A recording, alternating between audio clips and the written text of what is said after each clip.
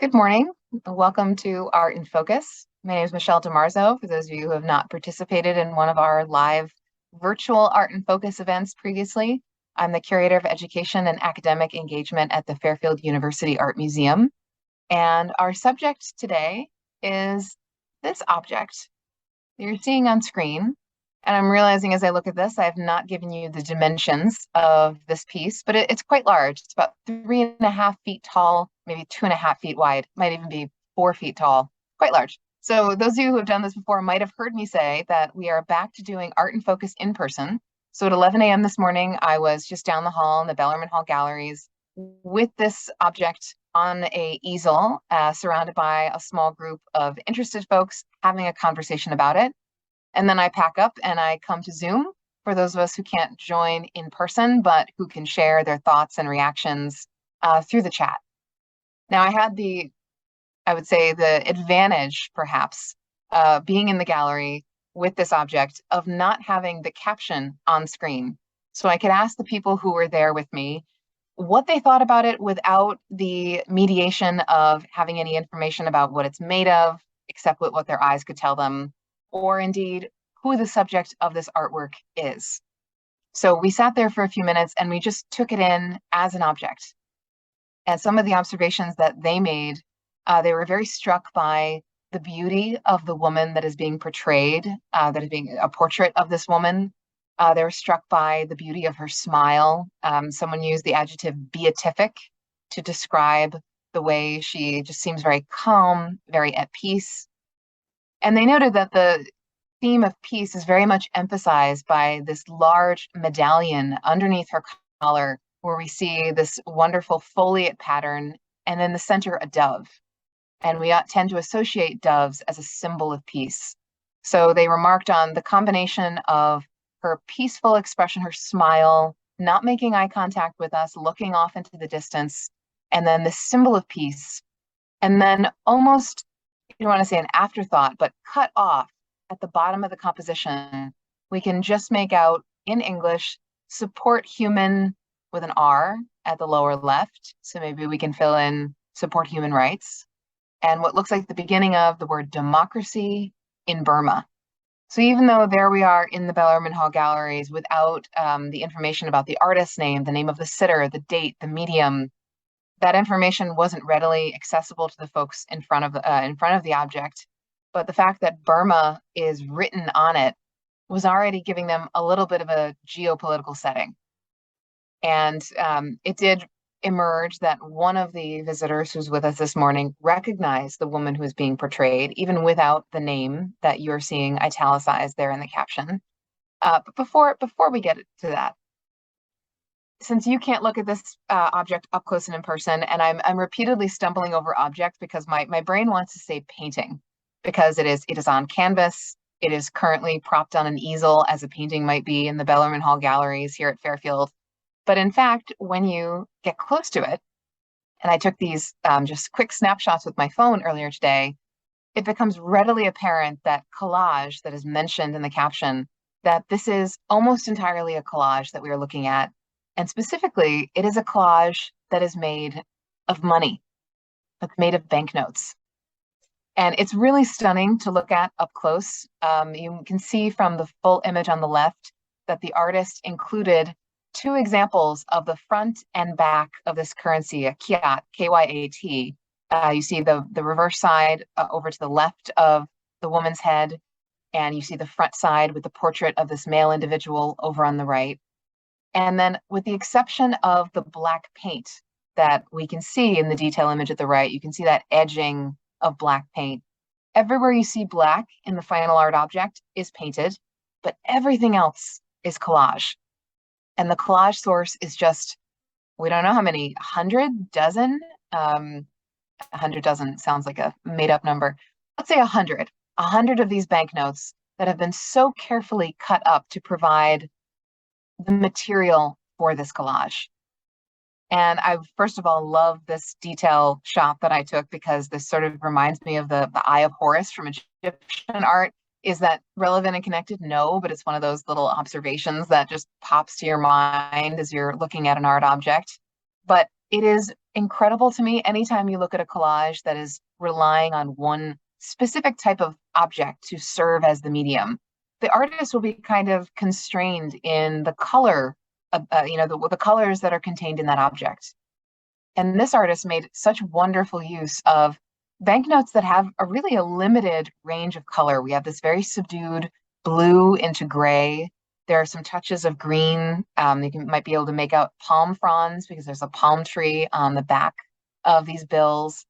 And I really admire the way the artist has so carefully cut up the areas that are this creamy color to make up the flesh tones of this woman's face.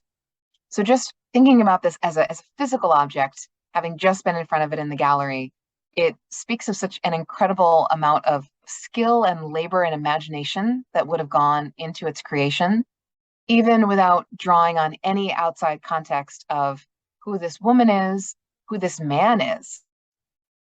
That was something that our guests a few moments ago were immediately drawn to, the repetition of this man's face behind this woman, and the idea that she is made up of money, that she is made up of the money with this man on it. They immediately raise questions. Is this in some way related to capitalism? Is it a suggestion about the value of artwork? Immediately, one of our guests pulled out a phone and was looking up what is the actual currency rate of a kyat. They wanted to know how much is this object actually worth. And I had to admit, having come unprepared and not having looked up that currency conversion. So let's just say I was surprised. I guessed offhand, I was like, well, I know these aren't worth very much. So maybe each one of those bills was 5 kyat. I was like, maybe it's like $1 a bill. And it turned out that instead each of those bills is worth fractions of a US penny. So these are very low value bills, but knowing that too might also shape our questioning. So they're not using, for example, the equivalent of C notes to form the material. It's cheap, low value currency. And you wonder, is it more important the currency? Is it more important the color? Perhaps, not all countries around the world have color, a uniform color currency. Like we have our greenbacks, as they're sometimes called. But if you've traveled, you know that many other countries, they vary the size, the color according to denomination. Maybe the artist was limited because they wanted this blue toned color palette.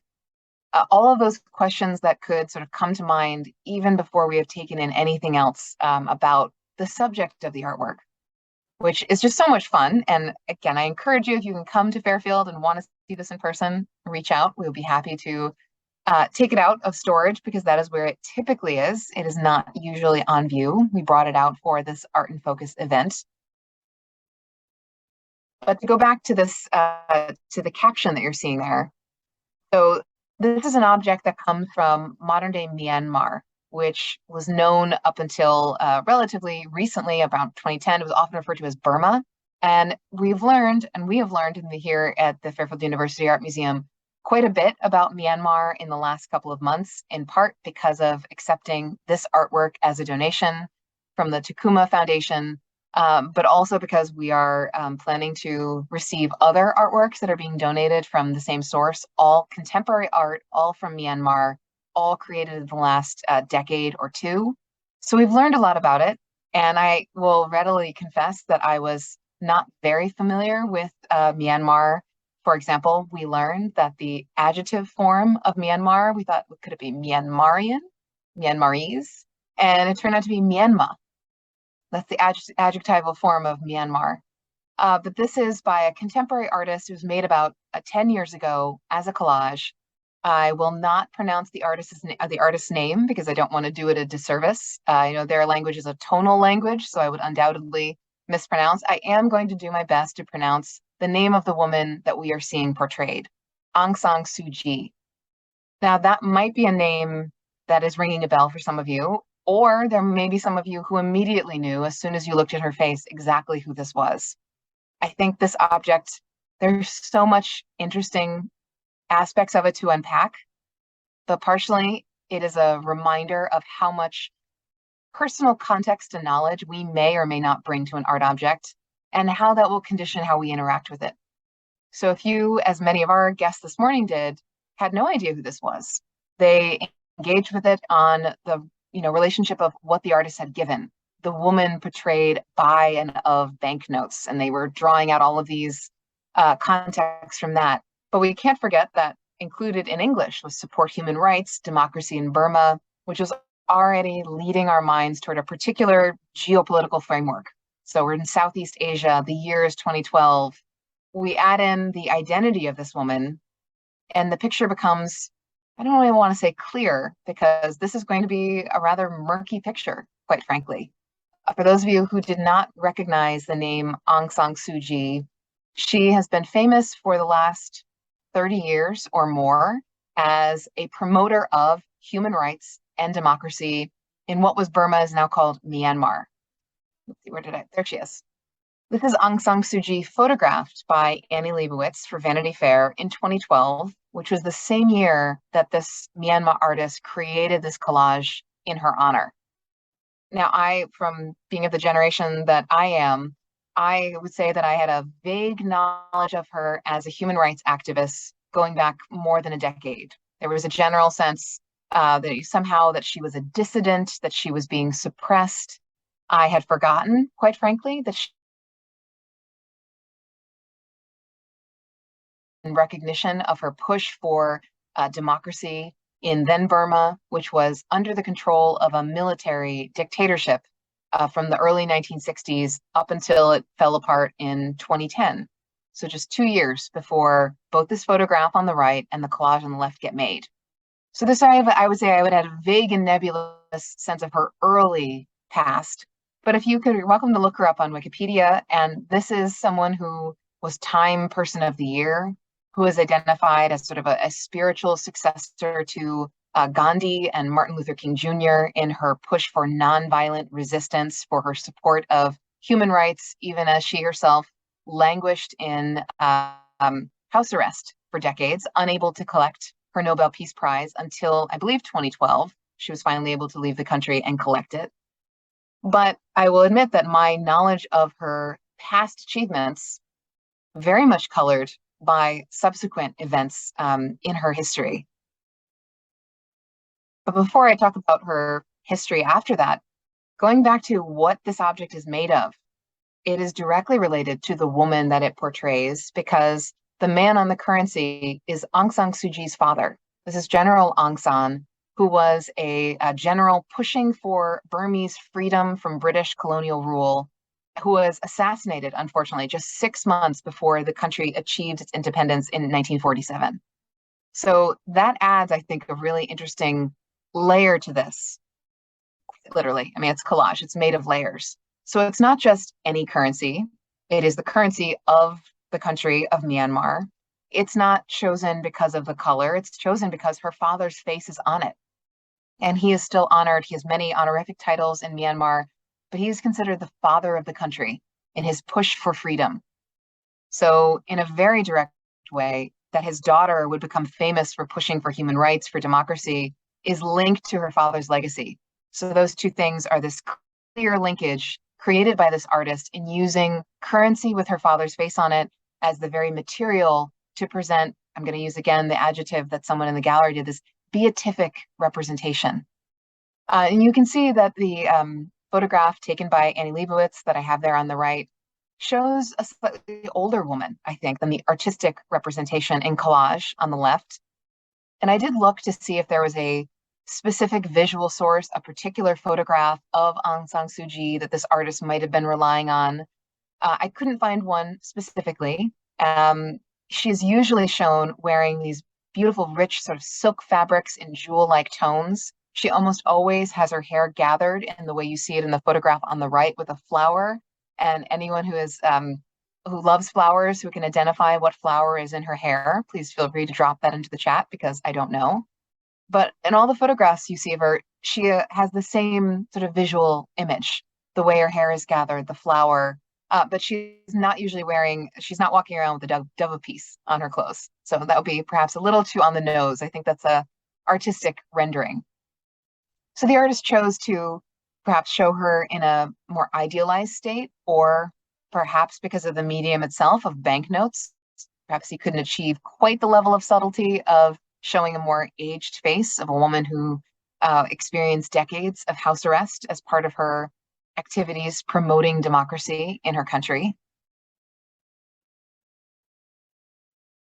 Yeah. But when I said that this is such an interesting object because it depends what you know about her. If you don't know anything about her, then it's just the object and what the artist is giving you.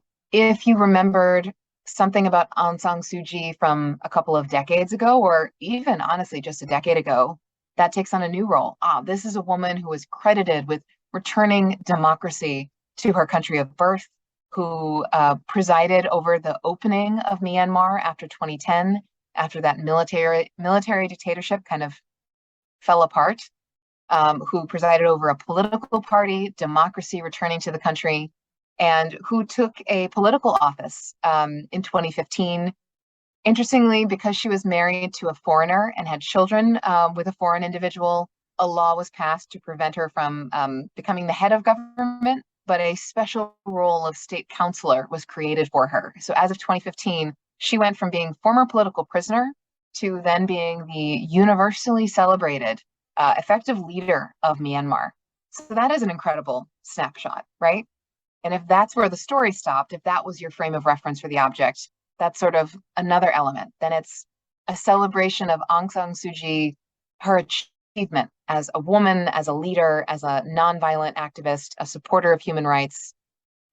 But this is a narrative that I joked in the gallery that a Hollywood screenwriter, I think, could not have written a more sort of horrifying twist. And that is, if you are familiar with this woman's name from more recent years, or you have heard the phrase Rohingya genocide, you may have a different layer to what we are looking at. So important to keep in mind the precise date when this object was created, 2012. As I said, that's the year that she has emerged again on the global stage, sort of universally praised. By the time she takes office in 2015, the Muslim minority population of the Rohingya were being massacred by the Myanmar military. And that genocide did not stop under her purview. Rather, it continued. And she has been accused by the UN, by numerous international organizations, of not only turning a blind eye to this massacre, but pretty much actively allowing it and promoting it. And someone, a guest, asked this morning, like, what could have been going through her mind to turn from being a promoter of human rights to allowing one of the most horrifying genocides in recent memory to occur literally under her watch? And I have no answer. I don't think anyone has an answer. But it's just sort of just a shocking turn of events.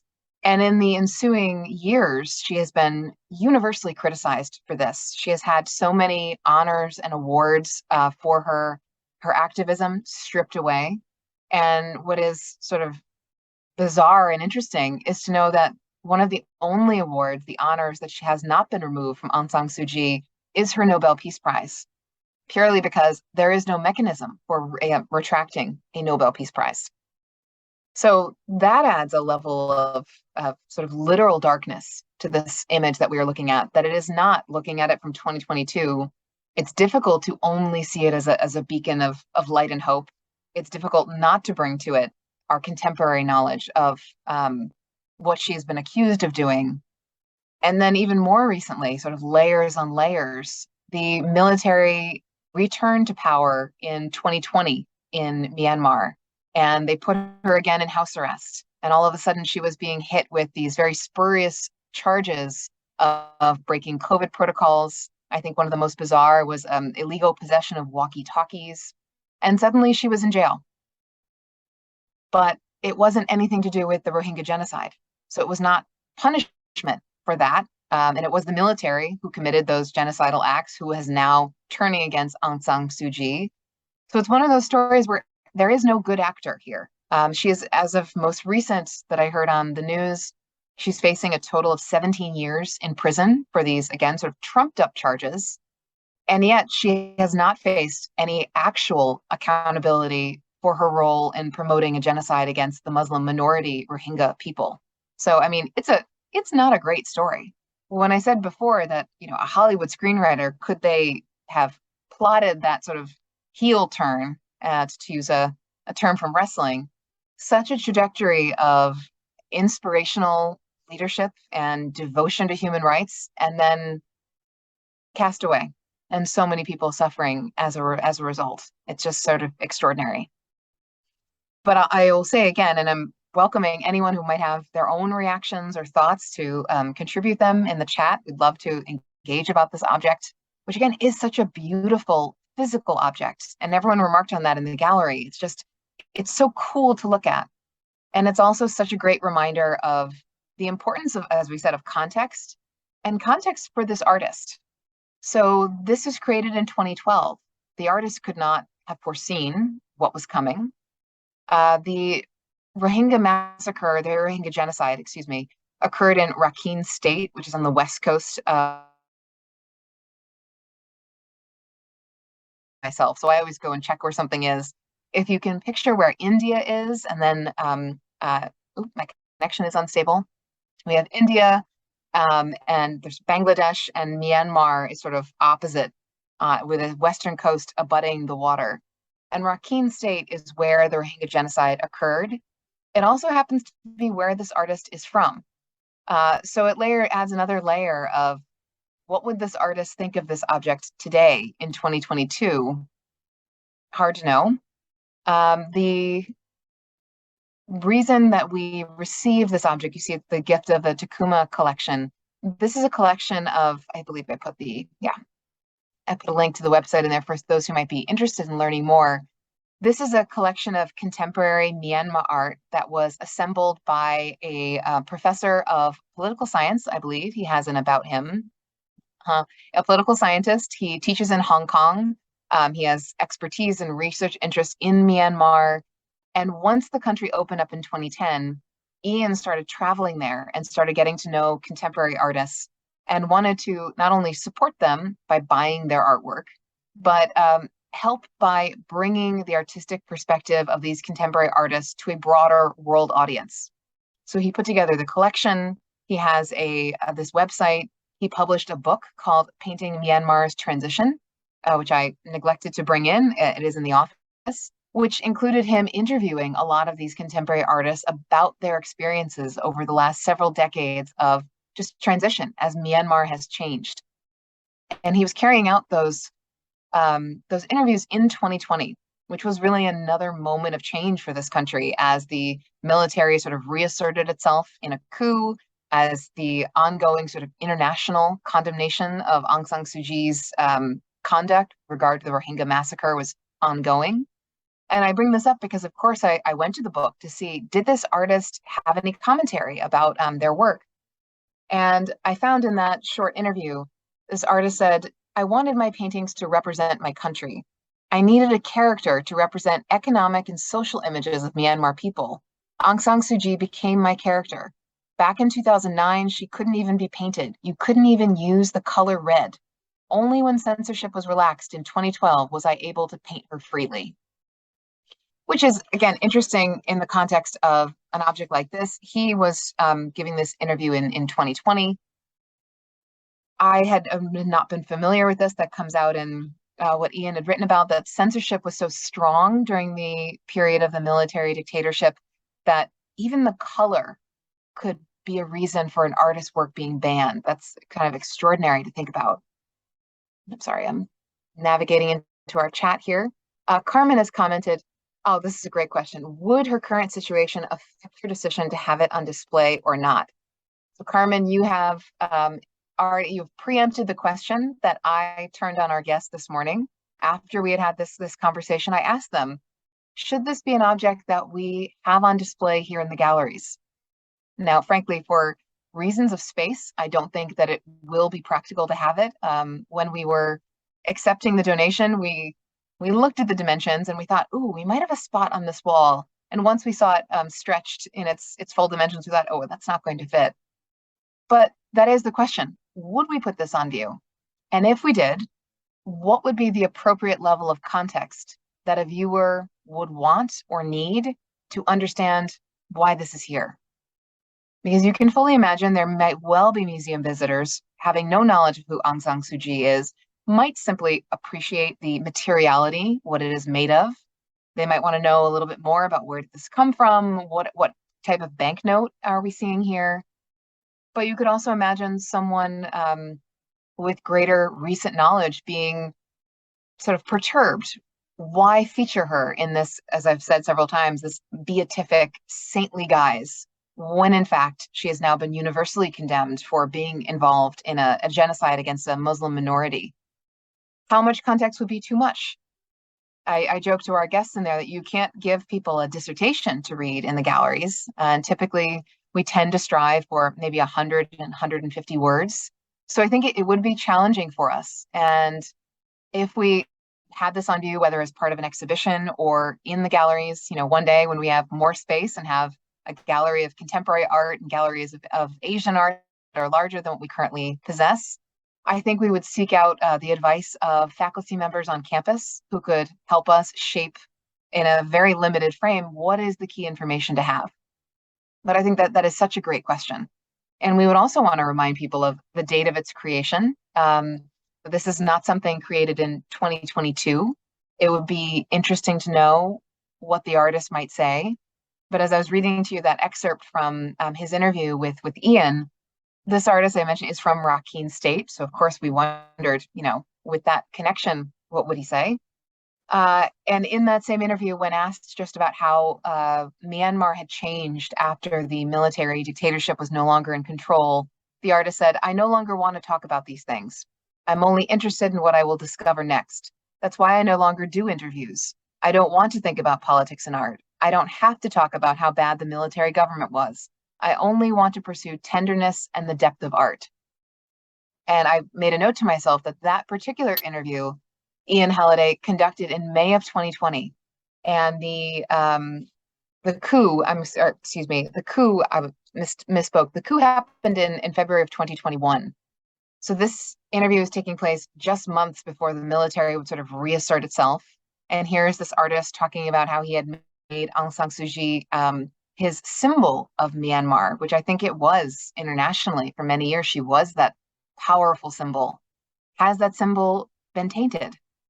And Ian, the political science professor who brought together this collection, who donated kindly this object to our museum, he noted in his book that he recognized an unwillingness among the artists he interviewed to discuss recent politics, to discuss anything about what had happened to Aung San Suu Kyi, about the Rohingya. And he noted, in absence, in silence, there is also a message. And he made the point that just like Aung San Suu Kyi herself, most of these artists, almost all of these artists, come from the ethnic and religious majority of Myanmar. It is the Bamar ethnic majority. It is the Buddhist religious majority. They are not voices of the many other minorities who have been, oppressed within the country over these last years. So it also comes back to that question of who gets to speak, who gets to make the art that Ian is now doing his best to share some perspectives on the world. But I think you'll find on his website, in his book, that he's careful to say that it is only a partial sense of what there is to be said in contemporary Myanmar. So it is always worth asking, from whose perspective are we hearing? At what moment in time are we hearing them speak? Perhaps this artist would have a different view today, but at least as of in 2020, he didn't seem to have any negative comments that he wanted to share about Aung San Suu Kyi, who within her own country has not faced any accountability for what happened with the Rohingya. So it is an example, a perfect encapsulation of the many complicated questions that we come to in our modern world. We have humans that were once viewed as admirable, who prove themselves to be fallible. And what do we do with them? What do we do with art objects who might be perceived as celebrating someone who others today might look at as a monster? And it comes back to Carmen asking a great question. Would you put this on view? And if you do, what do we say about it? Do you say nothing and ask people to draw their own conclusions? It's a really difficult question for any museum to answer. But as I mentioned, it's such a fascinating and interesting object that I can certainly imagine that we will be using it in other contexts in the future. So it will be a question that you will see us grappling with, I'm sure, at some point in the future. Anyone else have any thoughts or comments about this that they would like to share? And I know we're always on a slight time delay. Occasionally what will happen in Art in Focus is that I have said, okay, well, no questions. Thank you for joining me. And we cut the broadcast, and then our wonderful producer will say, oh, a question just popped up in the chat, because there's sort of I think a 30-second delay or something like that. So it's just the nature of the technological beast, shall we say. But I will, by the way, comment that the same Takuma Foundation that Ian Halliday, this professor, putting together these paintings, we are so fortunate to have received as a gift this object, and there are about a dozen more paintings by contemporary Myanmar artists that will be donated to the museum in about the ensuing year. And none of them look like this. They're all different. They're all examples of contemporary art from a nation that I think many of us in the West are less familiar with their culture. So it's a wonderful opportunity to have their works here at Fairfield. And we hope that we'll be featuring more of them in different Art in Focus events to come. But now, having given a moment to see if there were any ensuing comments, I just want to thank you for joining me on this Art in Focus, and we will look forward to seeing you either here in person or at our next virtual event. I hope you have a wonderful rest of the day.